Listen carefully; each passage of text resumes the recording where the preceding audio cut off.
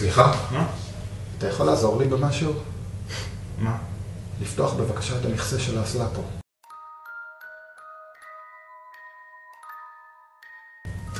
תרים את זה אתה. לא, אני לא יכול. אז תלך לתא אחר. לא, זה לא העניין. מה העניין? בטח מישהו חרבן שם ולא הוריד את המים. אני לא חושב. מה אתה רוצה, שנפתח את זה ונראה חרא של מישהו? אני לא חושב שיש שם חרא. אתה רוצה להיות בטוח? אז תוריד את המים, ואז... אסור להוריד את המים, לא! אני חושב שיש שם תינוק.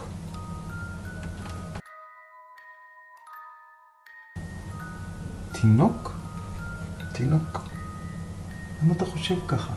אני הרגשתי. מה הרגשת? הרגשתי תינוק. אם ראית פעם תינוק, הוא בטח העביר בך איזה שהם רגשות, לא? קרה לך פעם שראית תינוק והוא העביר בך איזה שהם רגשות? כן. כאלה רגשות אני הרגשתי שעמדתי ליד האסלה. אז למה אתה עומד פה ומדבר? תרים את זה. לא, אני לא יכול להוציא אותו. אני לא יכול להרים את האסלה ולראות שם תינוק מת. הוא בטח כחול כולו. מה? אולי מישהו אפילו עשה עליו את הצרכים שלו. אני לא יכול להרים את המכסה של האסלה ולראות שם תינוק מת. הצלקות הנפשיות שזה ישיר בי לא יגלידו עד סוף חיי. מה אתה רוצה, שזה ישיר בי את הצלקות הנפשיות האלה? שאני אקבל את זה? אבל אני מאוד רגיש. גם אני מאוד רגיש. אבל אני יכול לבכות מנפילה של הלב. אני גם בוכה. בכית פעם מנפילה של הלב?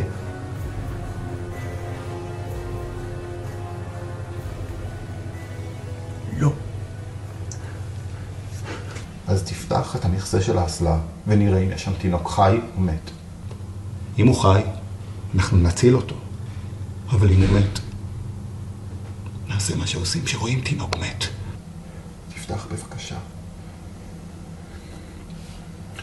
למה שיהיה תינוק מת באסלה? אולי בחורה ממעמד סוציו-אקונומי נמוך לא ידעה מה לעשות עם התינוק שלה וזרקה אותו לתוך האסלה. כן, אז למה בשירותים של הגברים? הבחורה עומדת לזרוק את התינוק שלה לאסלה. אתה באמת חושב שהיא תחשוב לאיזה שירותים עכשיו ללכת? התינוק!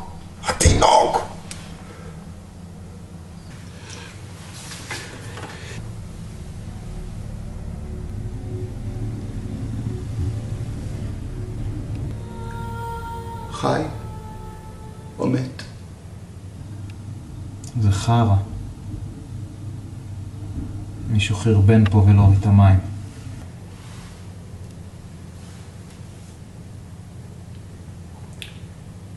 אכפת לך במקרה להוריד את המים?